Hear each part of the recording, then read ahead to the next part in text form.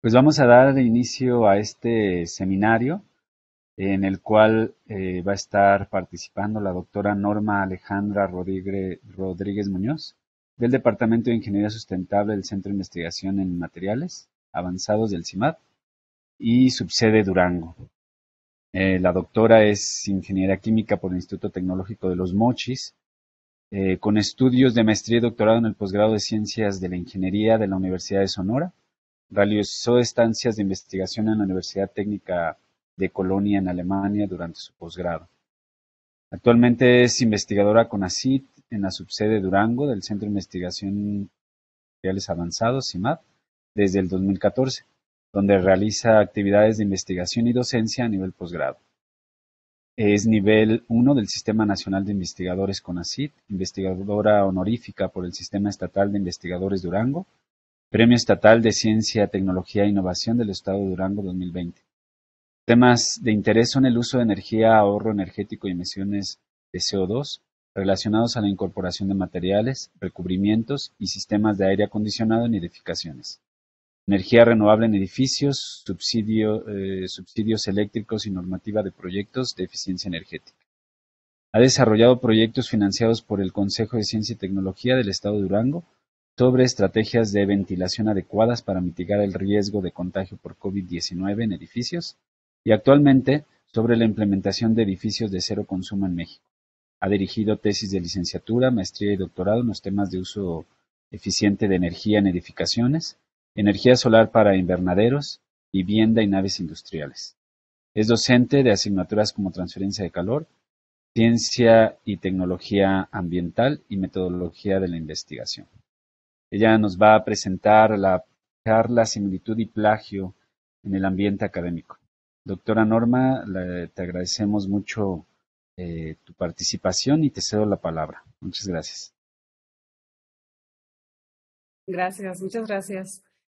Bueno, buenos días.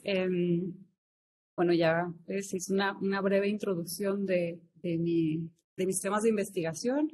En la parte de investigación, pues me dedico específicamente a cuestiones de energía en edificios, ¿no? Principalmente.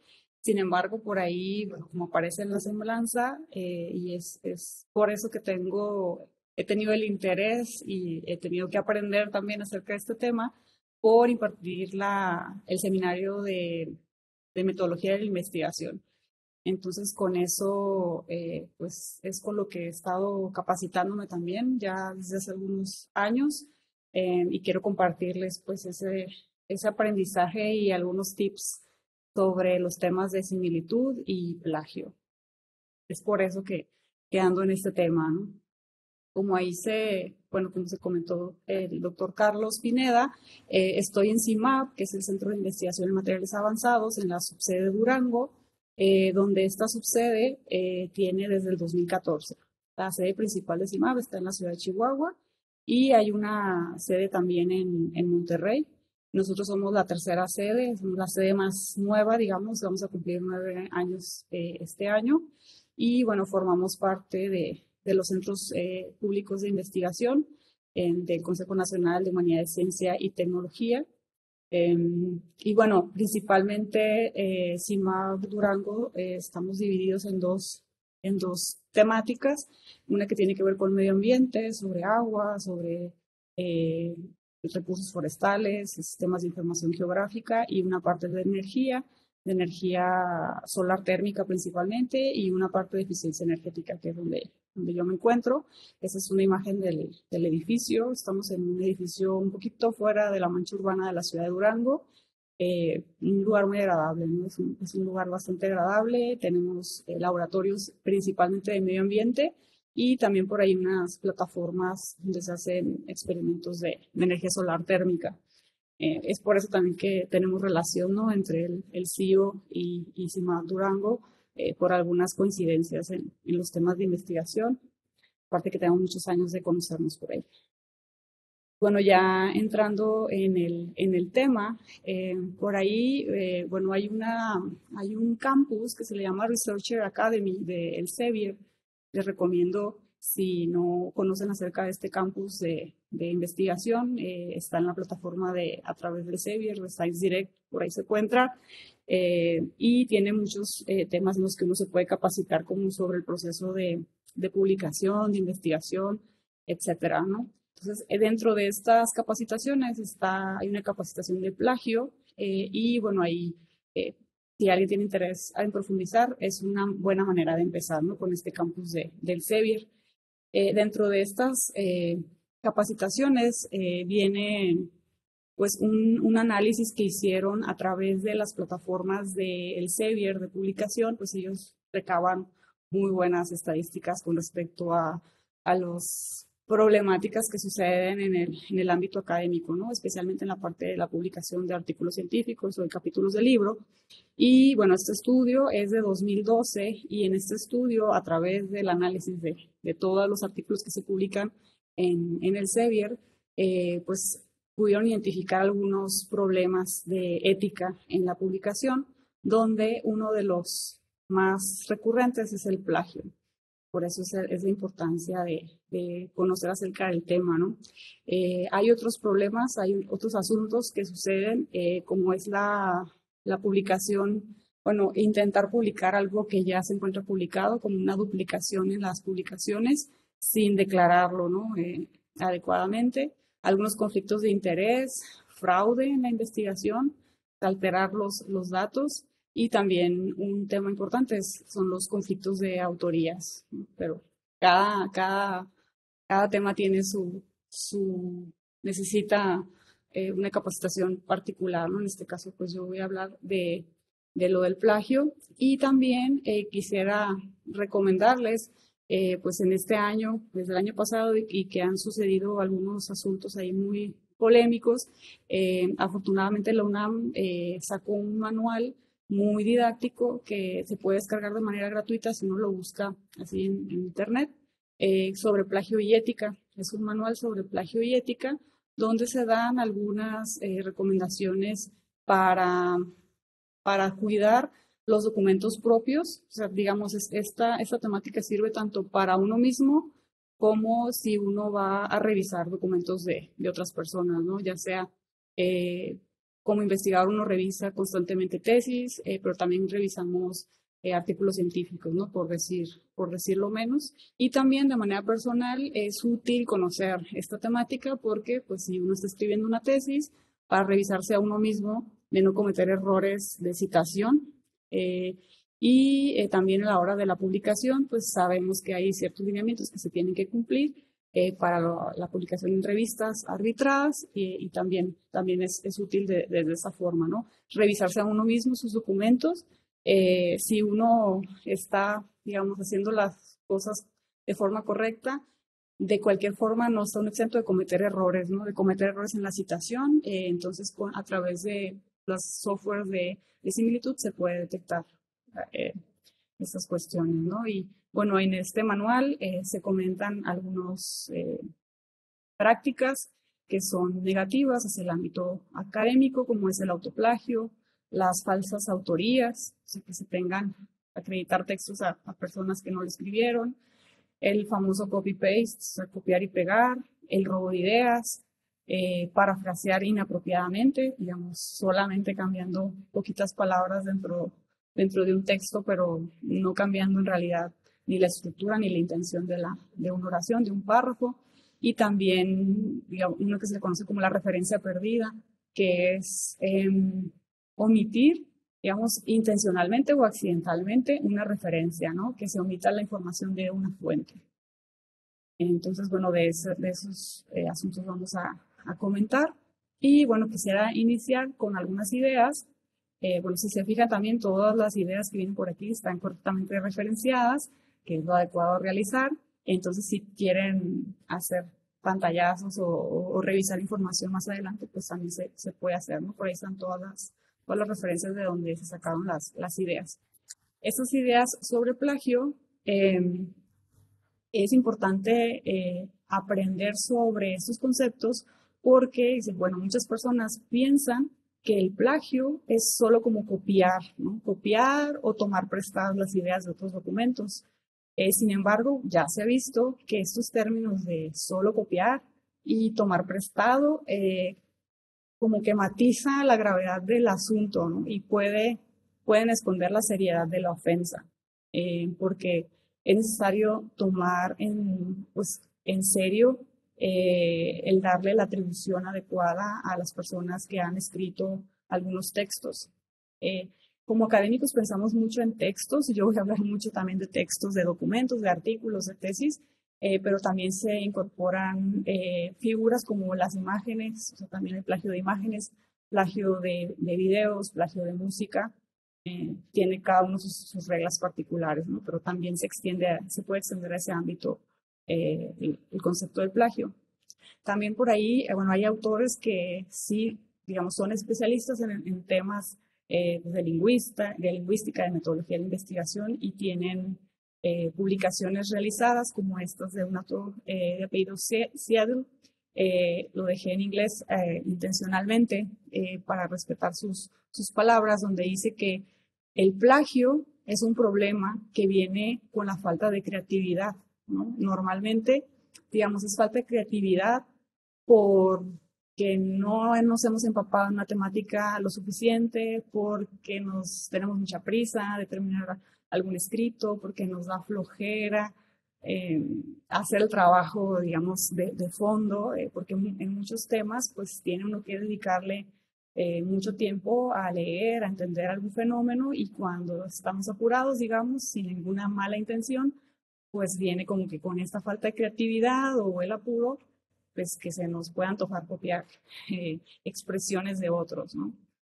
Y en este caso, este autor también comenta que el plagio es difícil de definir en una forma precisa. Como en otras cuestiones, esta falta de una definición concisa, pues es lo que ha generado áreas grises, áreas de oportunidad para que se cometan algunos errores literarios, ¿no? de robo, de toma de ideas. Pero si lo consideramos como algo simple, es a su nivel más simple, el copiar textos de otros autores, o sea, el plagio es copiar textos de otros autores y utilizarlos como si fueran propios, por diversas razones, ¿no? Digamos, aquí en este tema hay acciones que se hacen por desconocimiento de las reglas, que eso nos puede pasar mucho, especialmente como estudiantes, si no recibimos una formación adecuada en esta temática a nivel secundaria, preparatoria, licenciatura, incluso a nivel posgrado, por desconocimiento de reglas, aunque tengamos en nuestra conciencia que ese copy-paste pues no es del todo correcto, podemos caer en este tipo de acciones que son consideradas como una deshonestidad académica.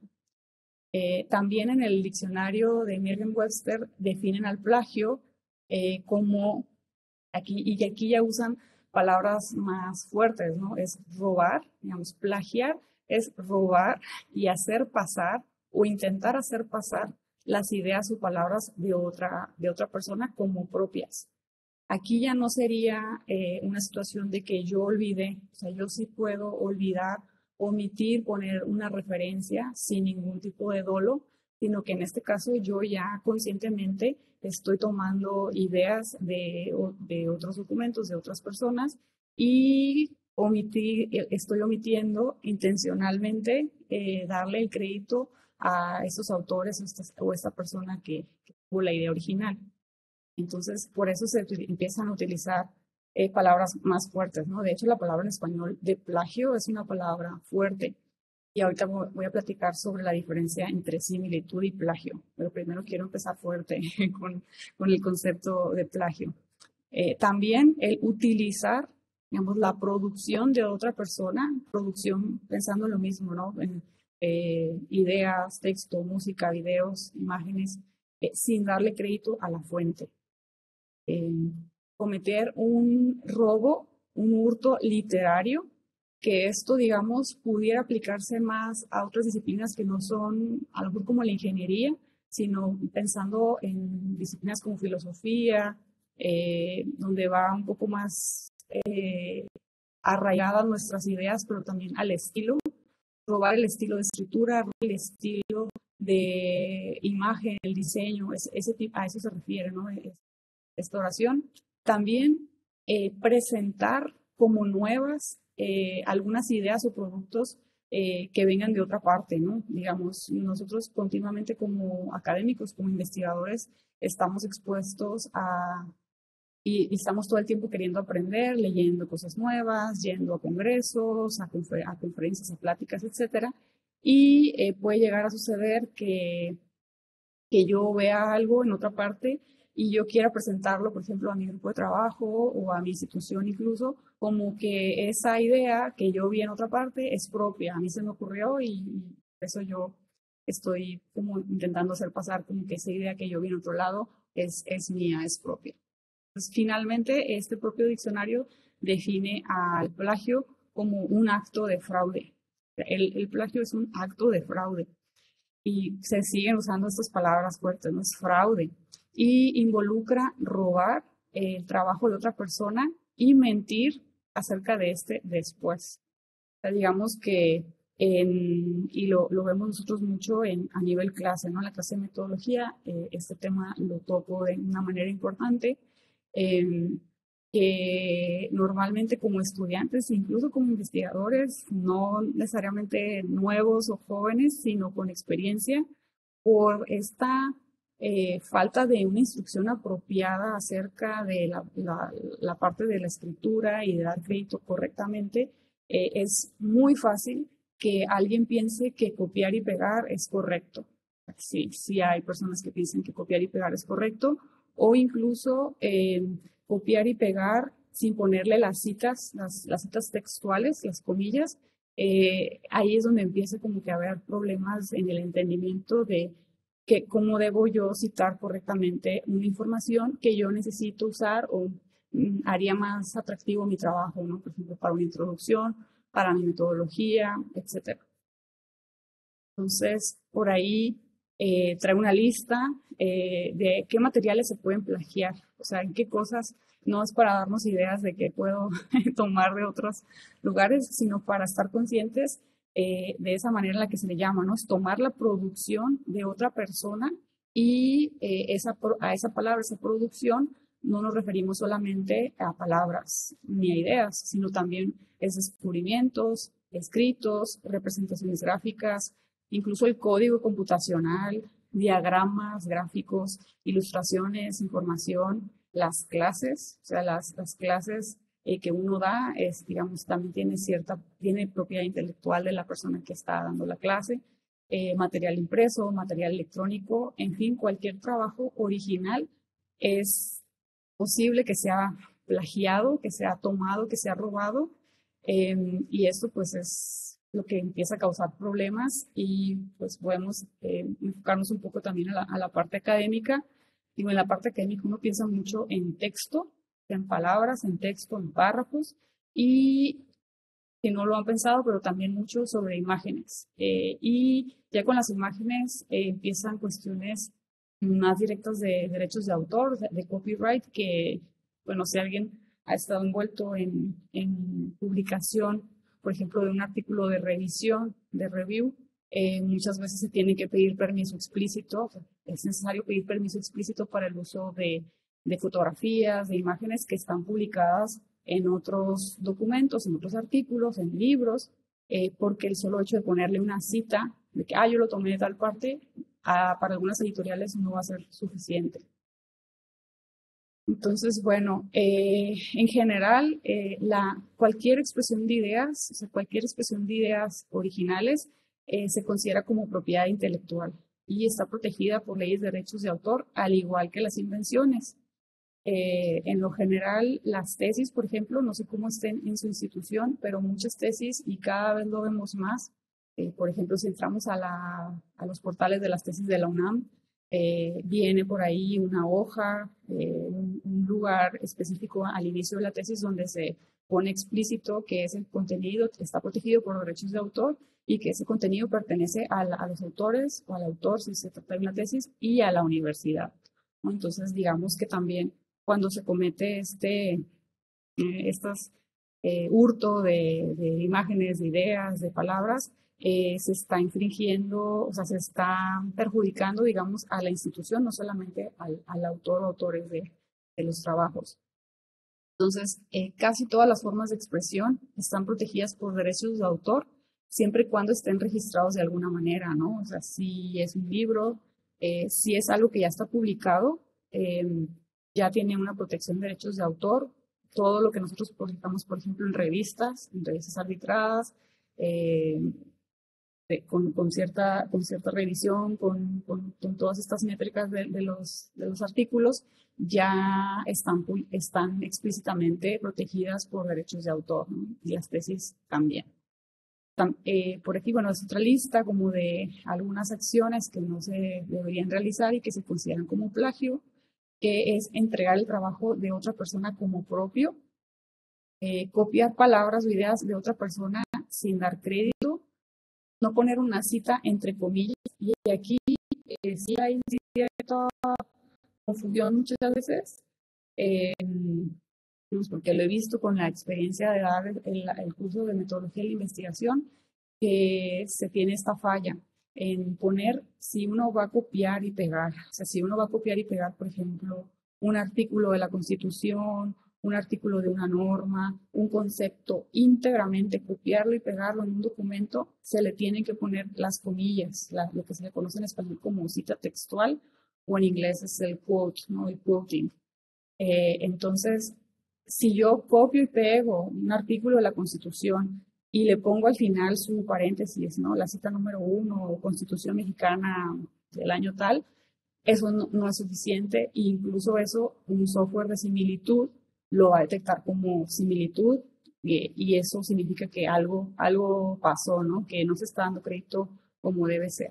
Entonces, esta parte es uno de los errores más comunes y que sucede normalmente por desconocimiento, ¿no? Por falta de instrucción. También el dar información correcta sobre la fuente de una cita sería considerado como un error de citación, y esto puede ser con dolo o sin dolo, ¿no? Porque, ¿cómo podría ser un ejemplo de esto? Yo estoy haciendo un reporte o una introducción de una tesis, de un artículo científico, y yo tengo tengo algunos meses o un año escribiendo esta sección. Nos puede pasar que yo tenga en la introducción unas cifras de la Secretaría de Energía del año 2018, y esas estadísticas pues ya están antiguas, ¿no?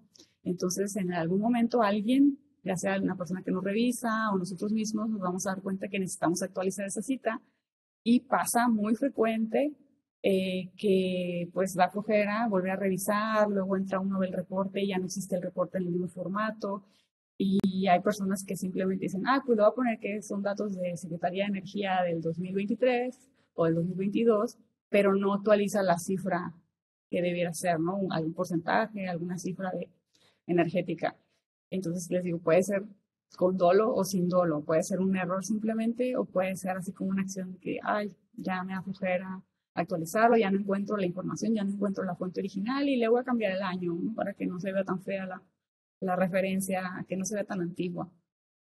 También el cambiar palabras, pero copiar la estructura de la oración de una fuente sin dar crédito. Y esto pasa mucho, por ejemplo, cuando intentamos, lo digo intentamos porque no sería completamente, intentamos parafrasear.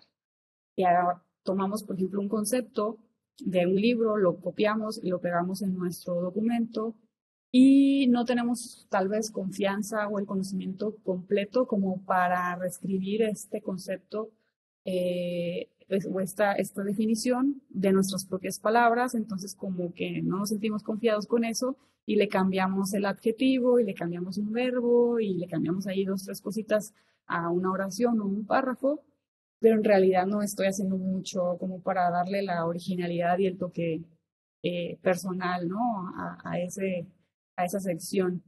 A eso se referiría esto, cambiar palabras, pero copiar la estructura de la oración.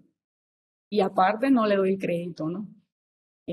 También otra acción que es muy común que suceda es que se copien tantas palabras, o sea, muchas palabras, muchas ideas de una fuente, que se empieza a constituir como la mayor parte de nuestro trabajo, ¿no? Dándole crédito o no.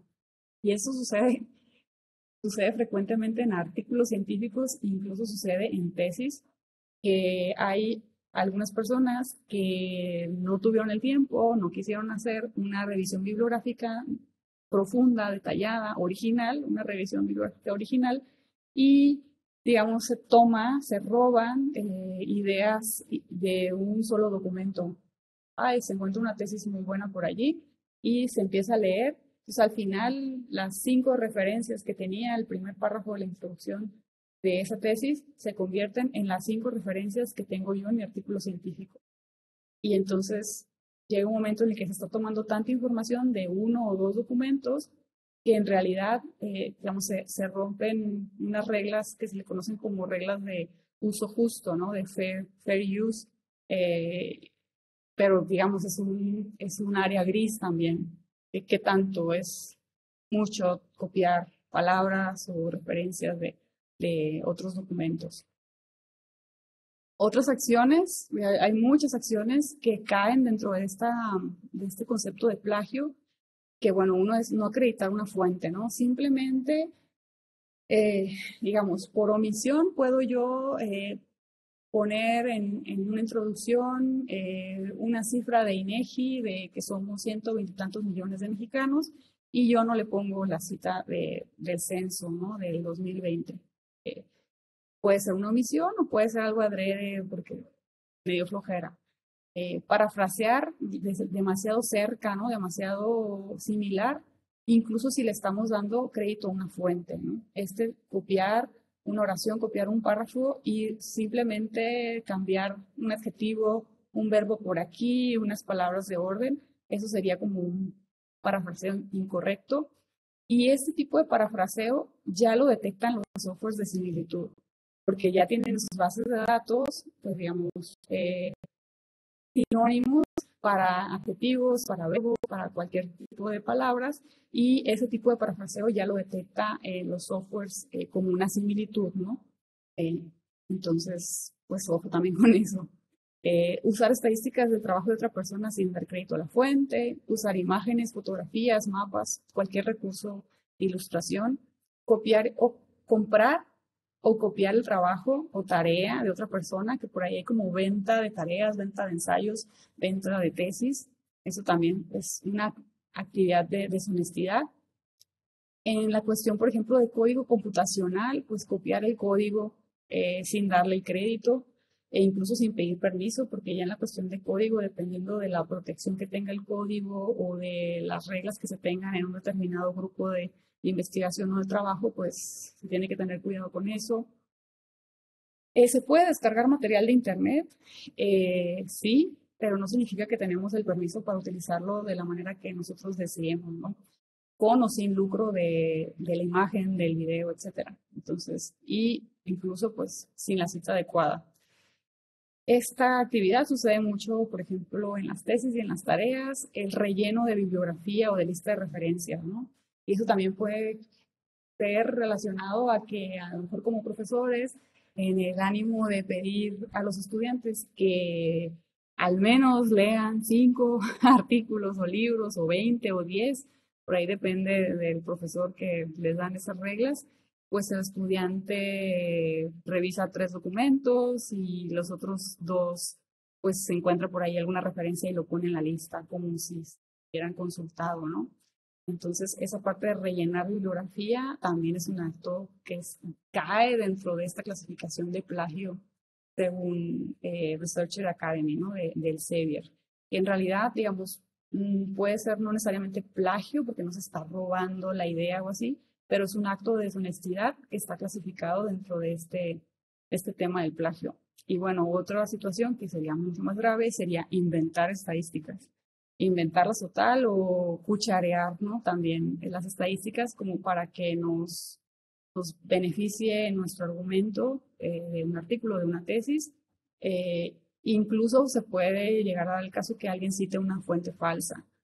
Y bueno, de aquí me imagino que hay muchos investigadores que participan activamente en la revisión de artículos científicos y no sé si actúan de manera, o sea, que hacen de manera intencional alguna revisión de plagio, de similitud y uno encuentra muchas citas falsas y citando fuentes falsas, ¿no? O sea, se encuentran, es increíble cómo se encuentran ese tipo de acciones en revistas editoriales de renombre. Y bueno, por ahí uno como revisor, si recuerdan ahí de todos los puntos que a uno le piden revisar, que a veces tienen uno que darle como el clic en el cuadrito, le piden a uno revisar, le preguntan a uno que si detecta uno plagio, y uno tiene que sí o sí, pues darle sí o no. Entonces, pues si uno va a poner que no detecta plagio, en lo general lo que en teoría está esperando el editorial de nosotros es que hagamos una revisión activa para ver si este texto tiene algo de similitud o ya es plagio, digamos, el plagio sería ya con un dolo. Pues, se expande a muchos ámbitos estos conceptos de plagio. También he hablado mucho de texto, pero también existe el plagio de imágenes. Entonces, el plagio pues también se extiende a cuestiones digitales como el código computacional o programa, o ya como un programa, música, video, imágenes, y bueno, ya también imágenes, video, etcétera, alterado, ¿no? Eso también, sin el reconocimiento adecuado y sin revisar el, el copyright, los derechos de autor que tenga ese material, ¿no? Esa parte también es frecuente que se ve, pero bueno, como aquí en el texto de donde viene esta definición, no es trivial tomar las decisiones sobre qué es plagio y qué no es plagio, porque hay estas zonas grises, ¿no? Hay estas zonas que están borrosas, como para tomar una decisión de decir sí es plagio, no es plagio, fue con dolo, no fue con dolo. Para eso sí se necesita pues mucha experiencia, se necesita un comité, es algo que un software no puede realizar. Entonces, en el caso del plagio de imágenes, se puede dar el caso de duplicación, o sea, ya sea imágenes o reciclado de imágenes propias o de imágenes de otra persona, ¿no? La reutilización o reciclado y copy-paste, ¿no? Tomar y utilizar directamente. Entonces, nosotros podemos, porque lo hemos hecho por mucho tiempo, digamos, podemos bajar imágenes de Internet, podemos en el buscador, en cualquier buscador, como en el de Google, buscar imágenes, ¿no? Para, digamos, embellecer nuestras presentaciones, para darle, como que, quitarle la monotonía. Sin embargo, bueno, si han estado revisando la parte de derechos de autor o derechos de uso de las imágenes de Google, ha ido evolucionando con los años y ahora la clasificación se encuentra como más simplificada, pero que a mí me hace tener más reserva porque no necesariamente entiendo completamente el uso permitido y legal que le puedo dar a las imágenes, ¿no? Entonces, de que podemos bajar imágenes de cualquier lado de Internet, las podemos bajar, las podemos guardar en el celular, las podemos guardar en la computadora, pero no las podemos usar así tan libremente sin dar el crédito. Y para esto hay maneras de remediarlo, ¿no? Estoy viendo que tengo mal acomodada la diapositiva. Ahorita voy a brincar una diapositiva.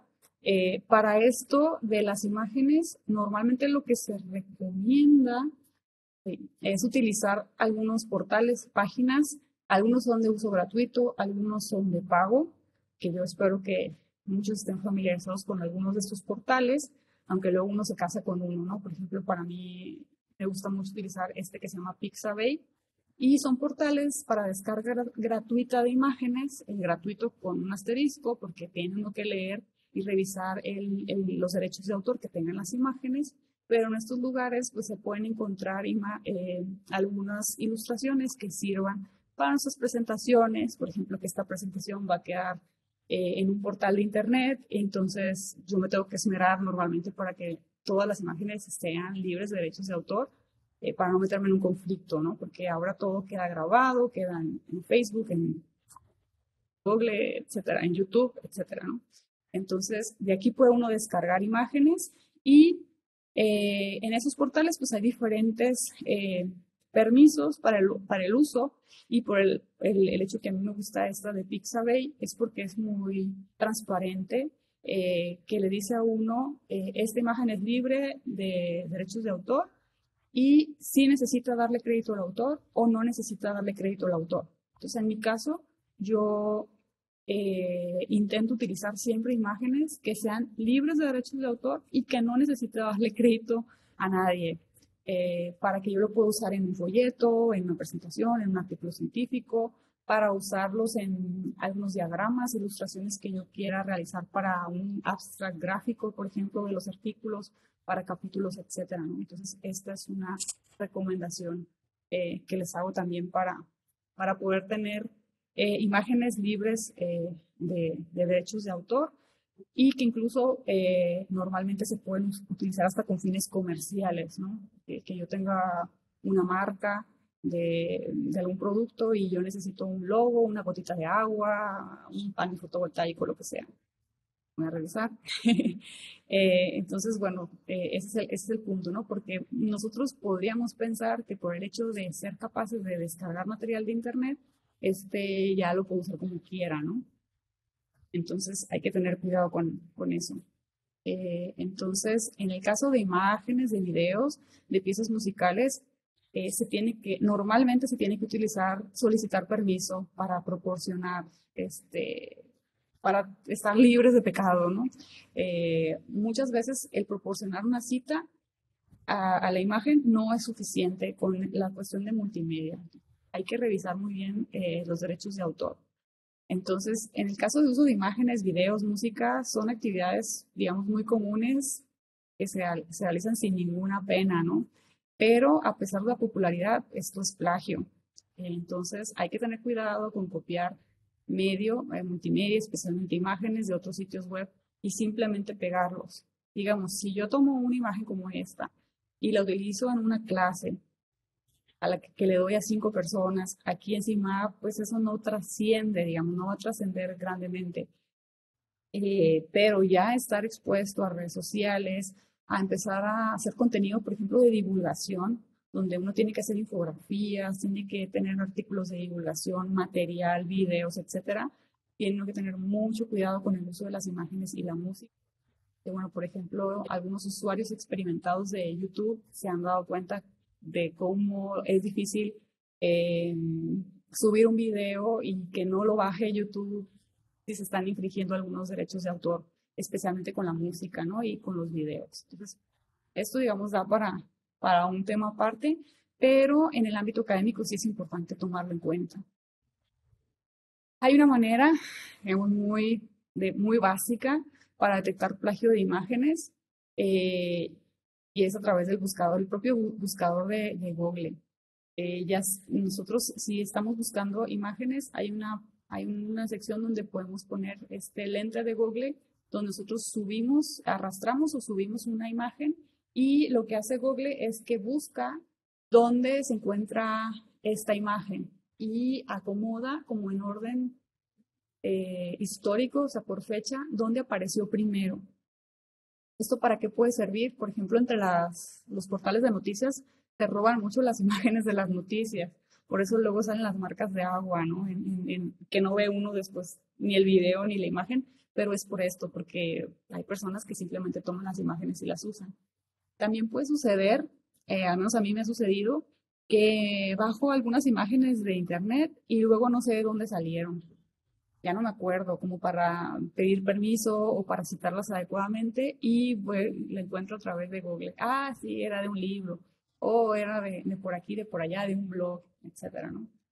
Hay algunas formas sencillas, digamos, no es demasiado sofisticado, hay maneras sofisticadas de realizarlo, pero una manera simple para detectar este plagio de imágenes es una inspección visual. Muchas veces ya dentro de un nicho de investigación uno conoce las imágenes, ¿no? Por ejemplo, si uno está en energía solar, uno ya conoce todas las imágenes de los solecitos, de México con sol, de los fotovoltaicos y muchas veces uno quiere una imagen diferente porque ya todo el mundo usa el mismo sol para sus presentaciones, para sus gráficos, etcétera. Esta es la parte, ¿no? Reconocimiento de imágenes por experiencia y una búsqueda intencional, digamos, a través mínimamente del buscador de Google como para ver de dónde salió esa imagen. ¿Cómo lo podemos evitar? siempre con las imágenes, digamos, con el texto también, pero ya aplicado a imágenes es citar correctamente, dar la correcta atribución, o sea, buscar intencionalmente. Necesito pedir permiso, lo puedo citar simplemente con el nombre y el vínculo de la web o del libro, y a eso se le conoce como la administración del copyright, ¿no? De los derechos de autor. Tiene uno que hacerlo explícitamente. Entonces, bueno, repitiendo sobre las cuestiones de plagio, ese también lo dejé intencionalmente en inglés por esta parte. Se puede dividir como en tres formas el plagio. Uno es un plagio total, donde yo tomo palabra por palabra, ¿no? Todo, parte de un texto y es un copy-paste. Ese es el que estamos más conscientes que eso es incorrecto, no es una acción de deshonestidad académica. Pero esta parte es donde empieza como las áreas grises. De plagio usando texto alterado, ¿no? Lo que se le conoce como parafraseo.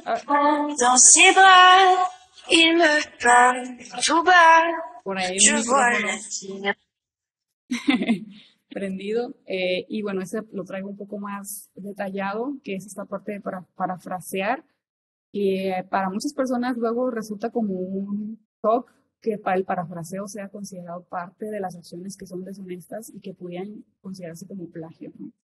En este caso es el parafrasear, normalmente se le conoce como reafirmar las ideas de alguien más sin copiar las palabras textualmente. Y esto pues involucra un trabajo de transcripción, de pensar en el texto, cómo lo voy a reacomodar, cómo le voy a dar mi toque, cómo lo voy a interpretar con mis propias palabras.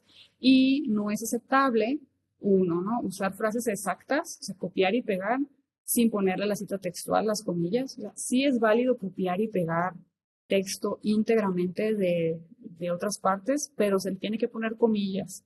Y no importa si es una línea o es un párrafo completo, porque, por ejemplo, en las cuestiones de leyes, de conceptos que tomamos de libros, muchas veces no debemos, otras no queremos modificarlo y lo podemos poner íntegramente con sus comillas. También se considera no aceptable en el parafraseo emular toda la estructura de la oración solamente usando palabras distintas, ¿no? Cambiar sinónimo, sinónimo, sinónimo, pero todo queda igual. Y esto sí lo detectan los softwares de similitud. Emular la organización de los párrafos usando palabras de estructura distinta. Estoy hablando como de manera más macro, ¿no? Como en una tesis. Esto puede llegar a suceder que hay una tesis que se inspira en otra tesis y casi queda igual, actualizando cifras y actualizando otros detalles. Me voy a apurar. Otros tipos de plagio y uno que quiero comentar a mayor profundidad porque aplica mucho a personas que no hablamos, digamos, que no tenemos inglés como lengua nativa, y es el plagio en la traducción, ¿no? El estar simplemente traduciendo un texto, digamos, yo lo leo en inglés y lo traduzco a español, pero fielmente, eso sería una forma de plagio, porque no estoy aportando ningún tipo de idea o toque personal a esta oración o párrafo. Sin embargo, este tipo de plagio hasta el momento, es imposible detectar por algún software de similitud, pero quería señalarlo, ¿no? Entonces, empiezan por aquí algunas áreas grises que estrictamente hablando sí son plagio, pero hay muchas personas y muchas, digamos, instituciones que no lo consideran como plagio, que es el autoplagio. Entonces, el autoplagio es tomar ideas propias, ¿no? Digamos, es el reciclaje o la utilización de palabras propias o textos publicados anteriormente. Esta es un área gris, pero puede llegar a ser una acción deshonesta. No es un robo completo de ideas, porque, digamos, yo me estoy robando a mí mismo y eso. ¿Sí? Sin embargo, crea problemas en el mundo editorial, porque si yo tengo una publicación en una revista, ya, por ejemplo, de una metodología que yo ideé y yo escribí sobre ella, muy probablemente yo voy a utilizar esa metodología para otros trabajos y voy a querer publicarla en otros artículos o en algunos capítulos de libro o en alguna tesis. Y ahí, digamos, yo a mí misma no me puedo robar. pero si yo publico esa metodología en un artículo científico, ese ya tiene derechos de autor. Y los derechos de autor normalmente los autores los cedemos a la revista, ¿no? El manejo del copyright se cede a la revista. Entonces, ese texto ya tiene derechos de autor. ¿Qué debiera yo de hacer para evitar estos problemas del mundo editorial? Pues es yo citarme a mí mismo, ¿no? O sea, yo cito la metodología, si no quiero repetir el texto del documento, de la tesis, etcétera, o reescribirlo, ¿no? O darle otro toque. La parte de publicación de artículos idénticos en dos lugares, lo que se le conoce como publicación duplicada y está en la estadística del Elsevier, puede ser aceptado en algunos casos, pero en la mayoría de los casos no. En los casos que se acepta, muchas veces es cuando tengo yo, por ejemplo, una memoria de congreso y esa yo la convierto en un artículo, en un capítulo de libro, pero con aportaciones adicionales, ¿no? No nada más, no va a ser idéntico. En algunos casos es posible publicarlo de forma idéntica en algunos tipos de revista, pero le piden a uno que diga explícitamente, este contenido ya fue publicado como memoria de congreso y aquí se presenta nuevamente por considerarse el interés de la comunidad científica, etcétera, ¿no? Entonces, en lo general, para evitar el autoplagio y algunos problemas, es buena práctica citar minuciosamente el trabajo propio, incluso si solo es una idea o una observación, o sea, no una metodología de manera formal. Entonces, el autoplagio se convierte, digamos, sí en una actividad deshonesta, en este caso, es en cualquier intento de tomar algún texto propio y volver a publicar como si fuera nuevo, ¿no? No decir yo, es que esto yo ya lo publiqué y yo deseo publicarlo en esta nueva fuente porque tiene más difusión, porque lo voy a publicar en inglés, etcétera, ¿no? O sea, no es un delito, pero yo debo, o sea, digamos, ya cuando yo intento hacer creer a mis evaluadores o al mundo en general que es una idea nueva, pues ahí es donde cruzo la línea. Entonces, ¿qué debemos de buscar en los documentos? Si somos profesores, normalmente hay algunas actividades de revisar tareas o de revisar tesis, revisar artículos, y debemos de buscar coincidencia de palabras, que eso es lo que se le conoce como. También determinar similitud intelectual entre los textos, identificar si hay consecución de palabras y frases comunes. Incluso muchas veces el estilo de la escritura es lo que delata la similitud, ¿no? O el plagio, porque uno ya con la práctica sabe uno cómo está escrito los libros de tal disciplina y uno empieza a detectar que eso está como copiado de otro lado, ¿no? Tiene uno como la sensación. Y para eso es que se usan los programas y plataformas especializadas. Yo me imagino que el CIO tiene el acceso similar al que tenemos en CIMAP, al software, esta plataforma de Authenticate, o es lo que yo esperaría. A nosotros como investigadores, como profesores en CIMAP, tenemos acceso a esta plataforma, porque si se fijan, este tipo de estar determinando la similitud y todo esto, la coincidencia de palabras, pues no es algo que se pueda hacer así como a simple vista, a puro ojo y a pura experiencia.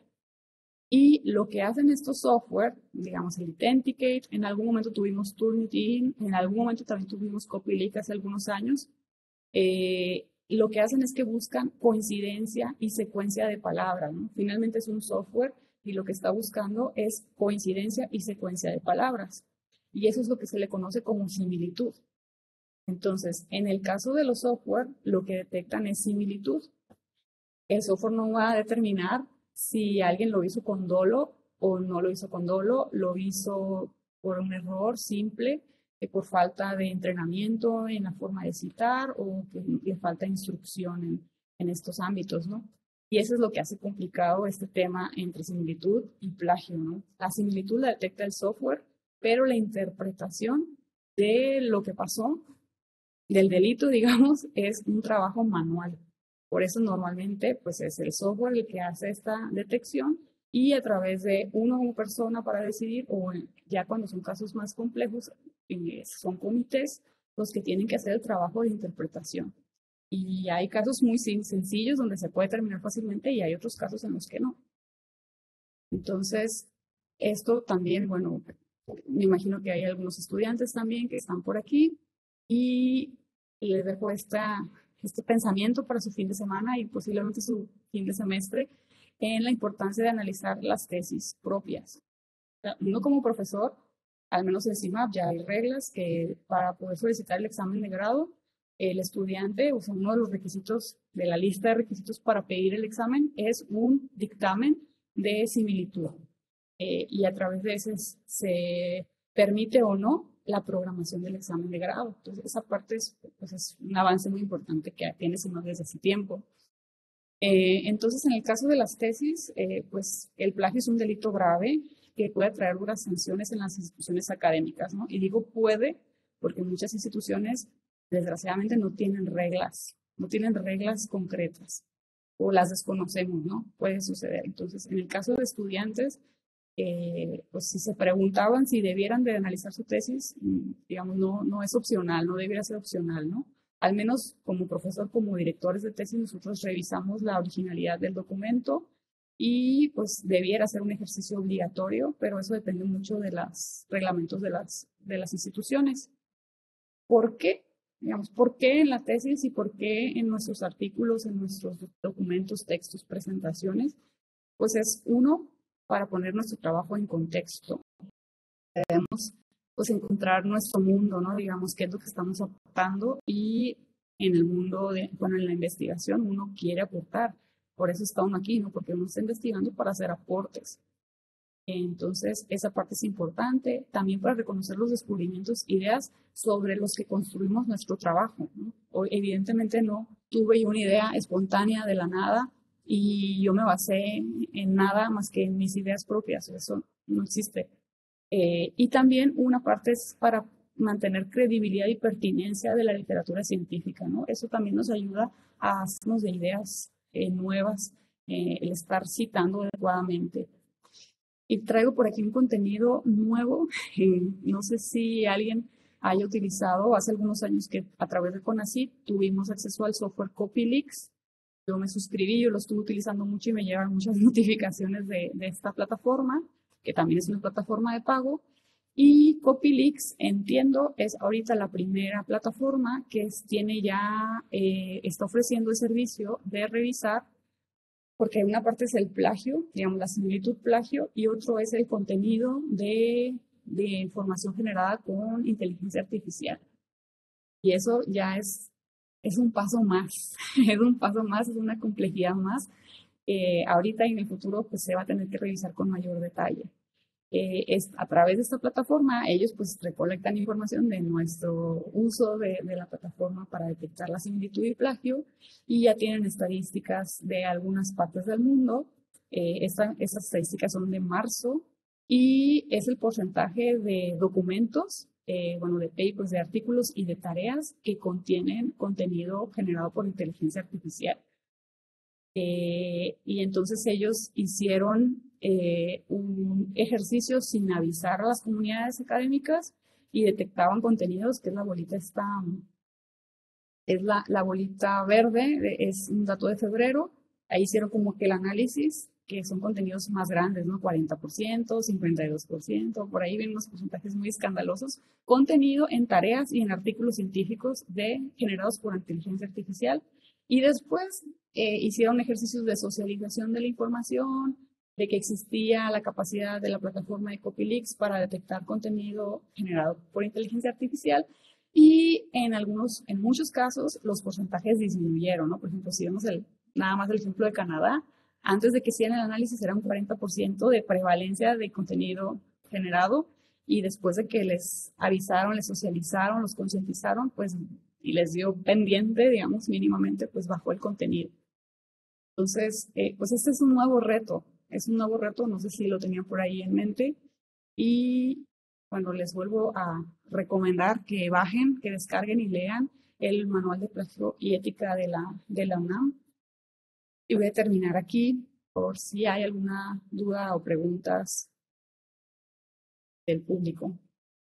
Muy bien, muchísimas gracias, doctora Norma. Muy interesante su plática y también pues muy vasta la información, ¿no? Hay muchísimo que aprender, muchísimo que hacer.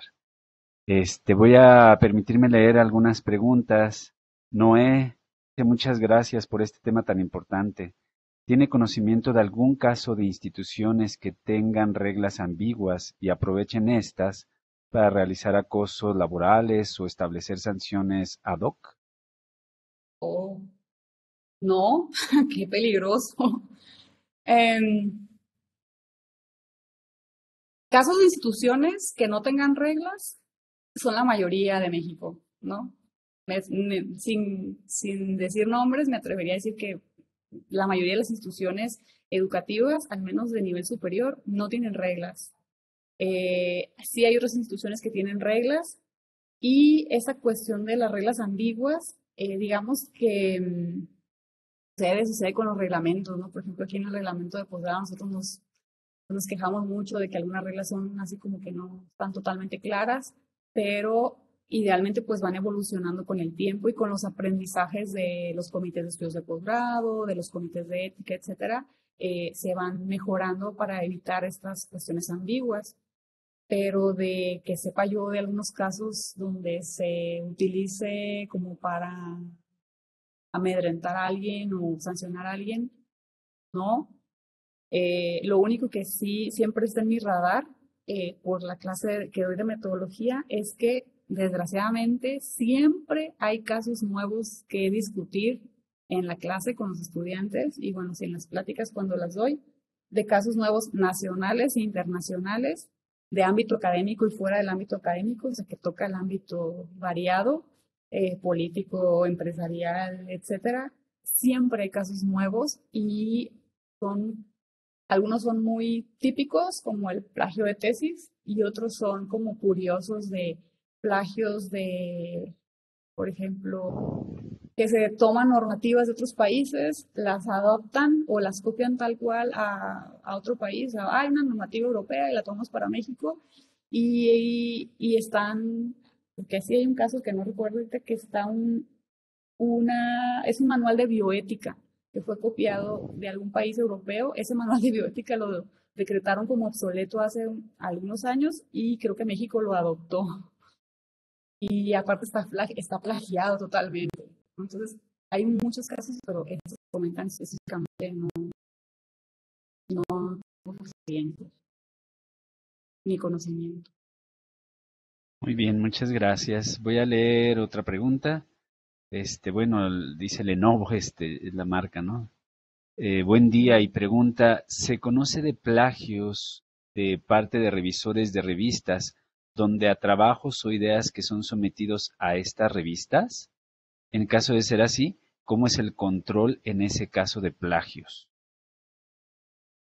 Sí, de hecho hay plagios de revisores de revistas, hay plagios de revisores de proyectos, bien, o sea, uno somete su proyecto con la ilusión de tener financiamiento, ¿no? Y también hay robo por ahí.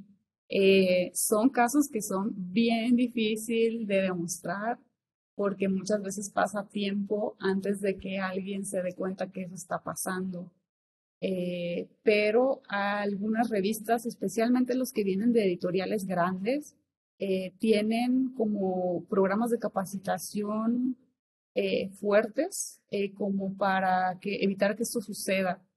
En el tema de similitud y plagio, como en otros temas, el trabajo viene de muy abajo, ¿no? Es una cuestión de concientización y de educación, como sucede, por ejemplo, con los casos de comités de ética, de la parte para evitar discriminación de género por edad, por raza, etcétera. Es un asunto que se tiene que tomar desde la parte educativa, ¿no? Viene de muy abajo el trabajo.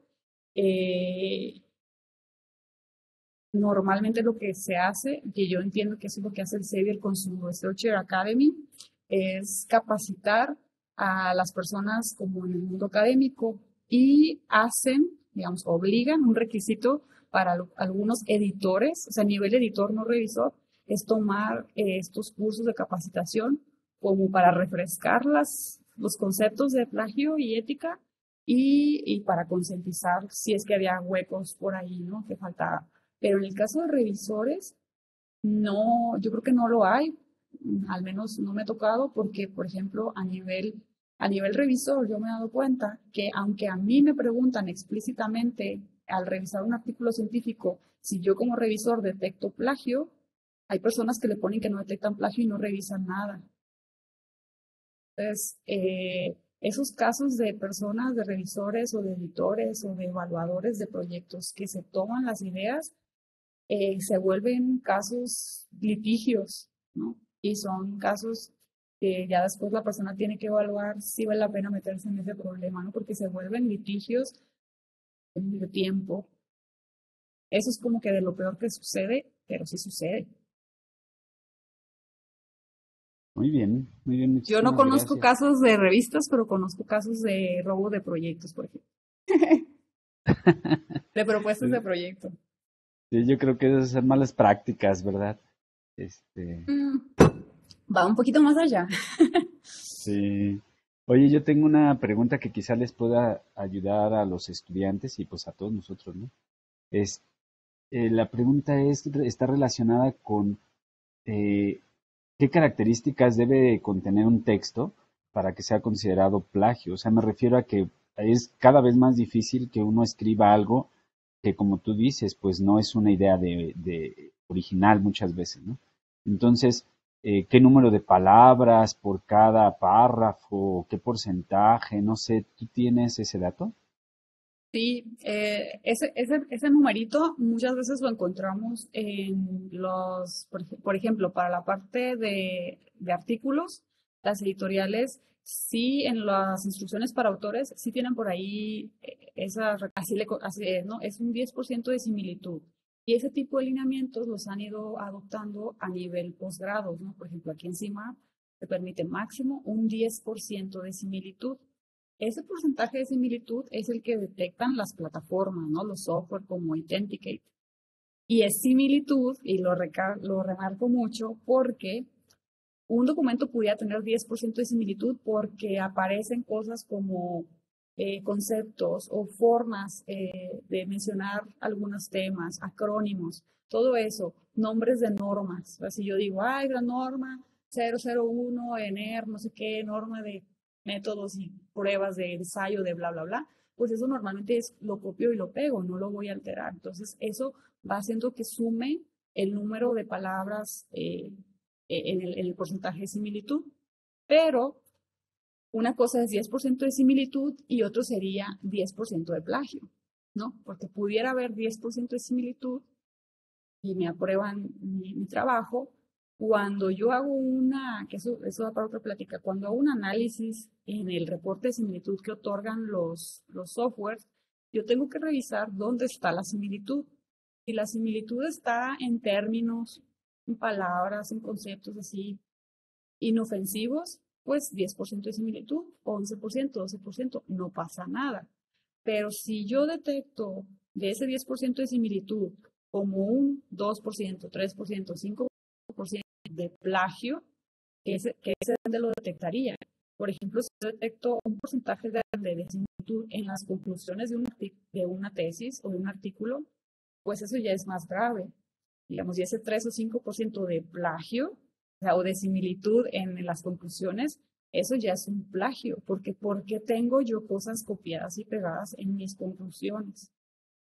Entonces, se tiene que tener mucho cuidado con esos porcentajes para la toma de decisiones, ¿no? Y digamos, para la penalización de algún estudiante, ¿no? Me someten una tesis, la tesis tiene eh, 5% de similitud, pero si yo la reviso y ese 5% es todas las conclusiones, pues digo yo, ¿qué está pasando aquí? Eso va de regreso, aunque no tenga el 10% que se tolera en el posgrado. Y puede llegar a pasar, que si pasa, que el software detecta 11, 12, 13% de similitud y ya lo revisa uno y dice, no, pues es que son muchos términos que son comunes en el ámbito, en ese tema, en esa línea de investigación, y eso se tienen que poner así y no hay vuelta de hoja y no hay mayor delito. CIMAP pide el 10% máximo, por ejemplo, de similitud. Muy bien. No, pues muchas gracias. Sería bueno después que nos dieras un tallercito. Mm, muy bien. Eso. Pues con esto terminamos la plática. Te damos las gracias y pues te vamos a hacer llegar un reconocimiento, el cual me voy a permitir leer en agradecimiento a tu participación. Dice: el Centro de Investigaciones en Óptica otorga el presente reconocimiento a la doctora Norma Alejandra Rodríguez Muñoz por su participación en la plática Similitud y Plagio en el ámbito académico. Lo firma el doctor Alejandro Martínez Ríos, director de investigación, y a nombre del grupo de seminarios del CIO te damos las gracias por tu valiosa participación. Muchas gracias. Bueno, por ahí también quedó mi correo por si tienen alguna otra duda o son dudas que no quieren hacer públicas. También son bienvenidas, los puedo apoyar para resolver algún conflicto existencial. Ok. Hay una última pregunta, no sé si tengas tiempo por ahí Sí, de contestar. sí, sí, Dice sí. Edgar Medina Sí la vi Segura. de reojo. Sí, digo, para que no se quede, porque luego se quedan Ujú. ahí, ¿no? Edgar Medina Segura dice: en qué punto alguna teoría o concepto puede ser considerada como de dominio público para no tener que citar su fuente? Y digamos, no es que haya una antigüedad, o sea, de que diga yo, como esa caducidad, ¿no? De algunos patentes o cosas así, sino que va con mucho la experiencia y tiene uno que, pues, acercarse también con personas.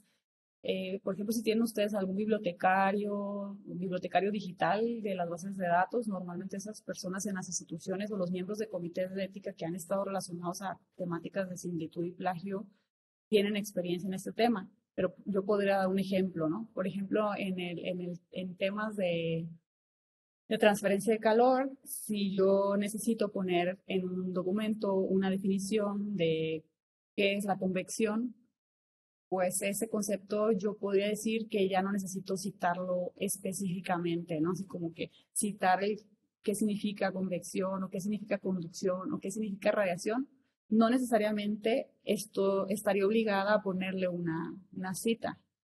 Si el concepto, por ejemplo, de radiación del libro Duffy me encanta y yo lo quiero dejar tal cual, pero es todo un párrafo, no nada más es la idea, y yo lo quiero poner así, pues ahí sí, más vale que yo lo cite. Entonces, hay conceptos como la ley de la termodinámica, como, no sé, una definición de ciclo de agua, que ya no sería necesario citarlo, ¿no?